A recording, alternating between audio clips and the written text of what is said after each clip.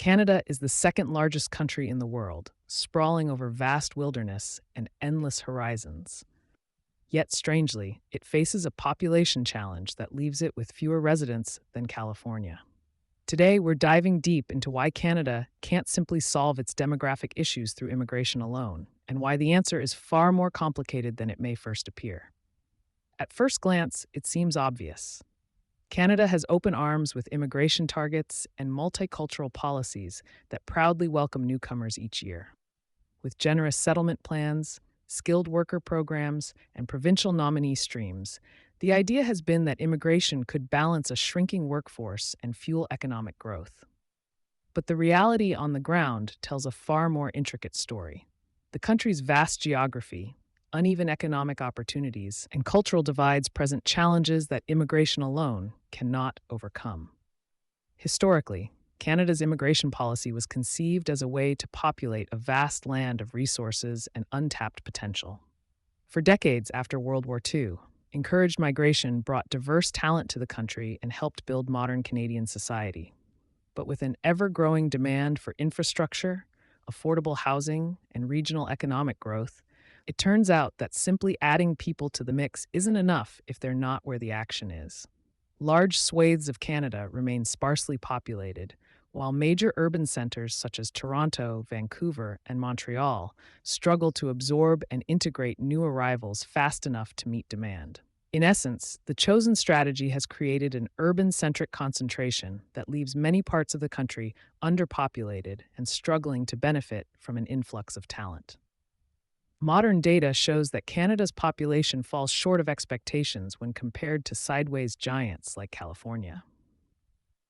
While California thrives with a dense network of industries, vibrant tech hubs, and long-standing cultural ties that tie immigrants into the economic fabric almost seamlessly, Canada's vast distance between rural and urban communities poses logistical challenges. Immigrants often settle where the opportunities are most visible, big cities with booming economies and established communities. This urban magnetism deepens regional disparities, leaving remote areas underdeveloped and struggling to tap into the benefits of increased immigration. Then there's the economic angle. Canada's immigration policies have focused on attracting skilled workers who are seen as lifelines to the aging population. In theory, this helps fill labor shortages in critical sectors like technology, healthcare, and finance. However, the global competitive market means that top talent often has other options. For instance, when comparing wages and career opportunities, many highly skilled immigrants find that the cost of living in major Canadian cities exceeds their expectations, while the surrounding regions lack the necessary support systems for growth. Consequently, a significant number of these new arrivals become concentrated in a few metropolitan areas, leaving vast regions of Canada stagnant. It's an economic dynamic that emphasizes quality and output in certain corridors while neglecting broader population distribution. Another layer of complexity lies in the integration challenges that come with rapid, concentration-driven immigration. Many newcomers face cultural and social integration hurdles, language barriers, and even discrimination. Settlement services, though robust in theory, sometimes fall short in reality, and the struggle to build community networks in unfamiliar territories can lead to isolation and disenfranchisement. Over time, this disconnect has led to lower retention rates in smaller towns and rural areas that were once expected to reap the benefits of a more dispersed settlement model. Many immigrants, after spending a few years in these locales, migrate to larger cities where cultural enclaves and better employment opportunities exist. Thus, the cycle repeats itself and the original demographic goals remain unfulfilled.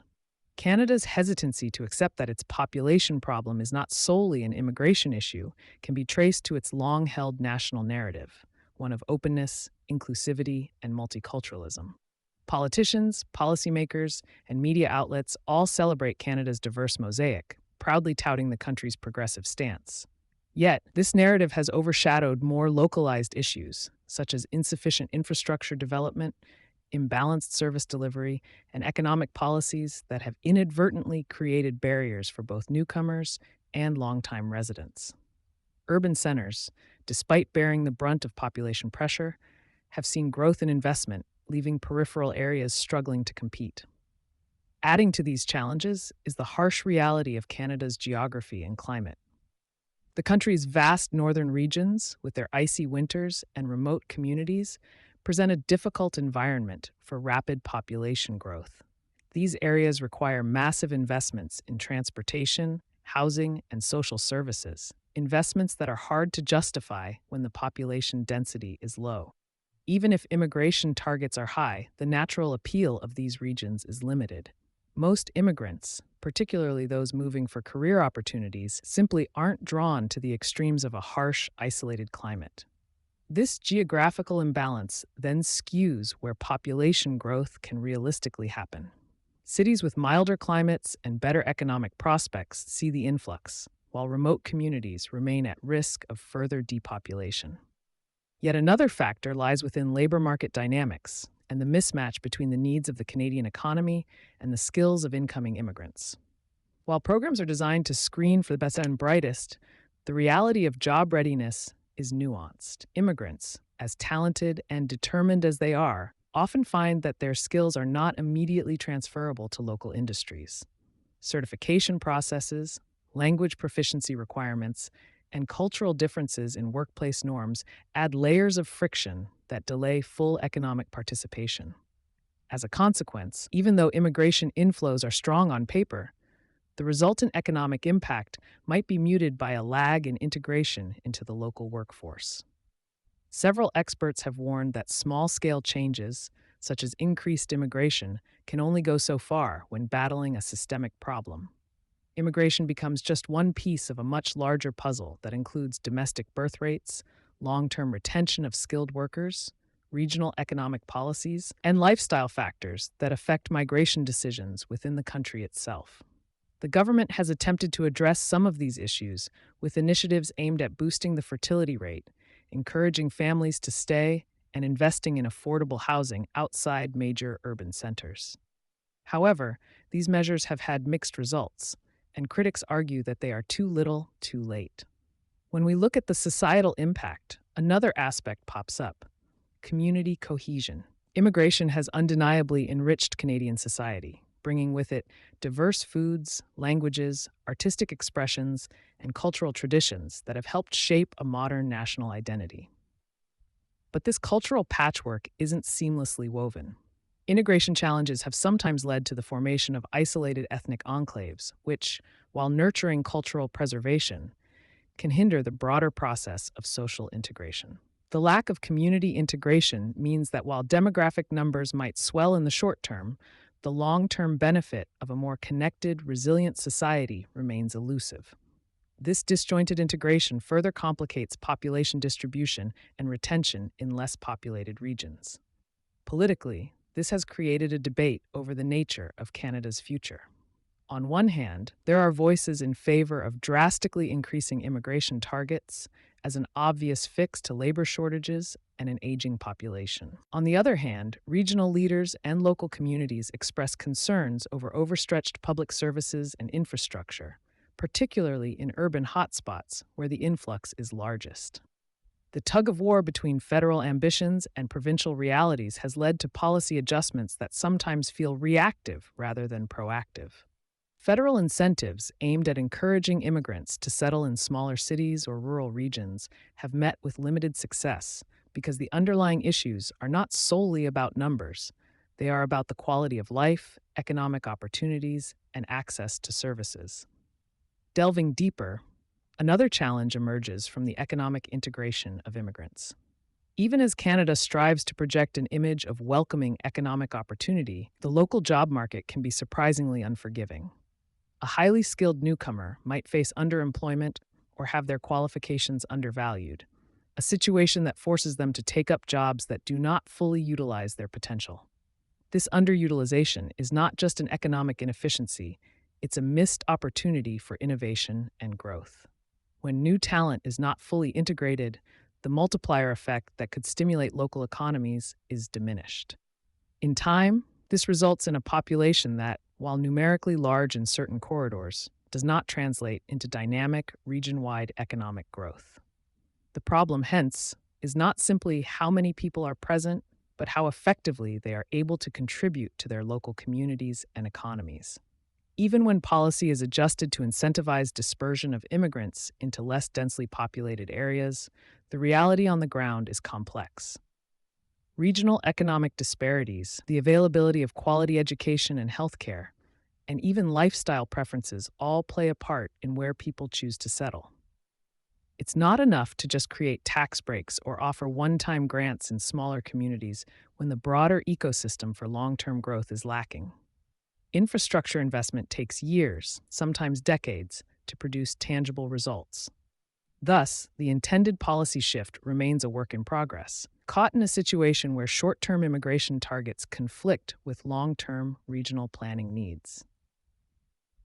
In recent years, discussions about sustainable growth have come to the forefront in Canadian policy circles. There's an increasing recognition that demographic challenges cannot be solved solely by adding numbers through immigration. The conversation is shifting towards a more holistic approach, one that considers improving internal mobility for Canadians, boosting regional economies, and strengthening the overall quality of life in underpopulated areas. For example, initiatives aimed at fostering local entrepreneurship, supporting remote working arrangements, and developing regional innovation hubs are being trialed. These initiatives are designed to make small towns and rural areas more appealing, not just for immigrants, but for all Canadians.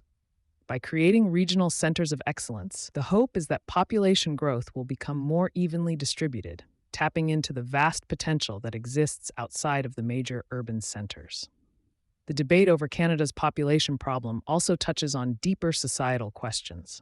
What kind of country do we want Canada to be? And how do we define progress beyond raw demographic numbers? For decades, the focus has been on economic indicators, GDP growth, and job creation. But an overemphasis on these metrics can sometimes obscure the quality of life aspects that are vital to a well-functioning, inclusive society. True progress, many argue, lies in creating communities that are resilient, interconnected, and supportive of one another, regardless of their size. Immigrants are a crucial part of that equation, but their successful integration requires more than just bureaucratic processing. It demands a comprehensive strategy that bridges economic, social, and cultural divides. In the midst of these challenges, there are success stories that offer a glimmer of hope. Some communities have managed to harness the power of immigration to revitalize their local economies and create vibrant cultural exchanges. These places serve as models, showing that when local governments, businesses, and community organizations work together, it's possible to turn demographic challenges into opportunities. However, these examples are the exceptions rather than the rule. For every community that thrives, many others continue to face the uphill battle of attracting and retaining newcomers. The lesson is clear. While immigration can be a powerful tool for demographic renewal, it must be part of a broader strategy that accounts for economic realities, regional infrastructure, and the innate human desire for community. As we look ahead, it becomes evident that solving Canada's population puzzle will require innovative thinking and bold reforms. More than ever, the focus needs to be on designing policies that not only bring people to Canada, but integrate them into every corner of the country in a meaningful way. This means rethinking public service delivery, investing in regional education and skills training, and building infrastructure that supports long-term community growth. It's about creating incentives for immigrants to settle outside of the urban pressure cooker and discovering latent opportunities in Canada's less crowded spaces. What does this mean for the future of Canada? It means that while embracing immigration remains essential, it cannot be the sole remedy for the country's demographic challenges. The solution lies in addressing the systemic issues that underlie population distribution, economic disparities, infrastructure deficits, and uneven social services. Only when these pieces come together can Canada hope to leverage the full potential of its generous immigration policies and create a balanced, thriving population across all its regions. In the end, the story of Canada's population problem is not one of failure, but of complexity. A tale of a nation with ambitious ideals facing the hard realities of geography, economics, and society. Immigration, while a powerful engine for growth, must be complemented by visionary policies that recognize and reward regional diversity. It's a reminder that no single instrument can solve a multifaceted challenge. The future of Canada will depend on its ability to integrate newcomers, not only into its urban cores, but throughout its sprawling, diverse lands. This deep dive shows us that Canada's demographic challenges are a testament to the many moving parts of modern nation building. Immigration has the power to transform, but without strategic regional investments and a commitment to social integration, even a seemingly endless influx of new residents can fall short of creating the vibrant, balanced country that Canadians dream of. As policymakers continue to refine strategies and communities strive to overcome local obstacles, one thing is clear. Canada's quest to solve its population puzzle is a story that is still unfolding, one in which every twist and turn brings new lessons, challenges, and opportunities for growth. So, next time you hear discussions about increasing immigration targets or debates over population statistics, remember that the true measure of success lies not in raw numbers alone, but in the extent to which every Canadian, newcomer or native, finds a place to call home across this vast and beautiful land. The future will require bold thinking, tailored policies, and an unwavering commitment to ensuring that every community, from bustling metropolises to quiet rural towns, can flourish. That is the real challenge, and that is the opportunity that lies before Canada. By understanding the surprising complexities behind this population dilemma, we come closer to envisioning a nation that not only welcomes immigrants, but cherishes and nurtures them, building bridges that span beyond city limits and into the very heart of what it means to be Canadian. Canada's journey is far from over, and while the path may be riddled with obstacles, the promise of a balanced, inclusive future remains a goal worth striving for, one that goes beyond simply solving a population problem with immigration alone.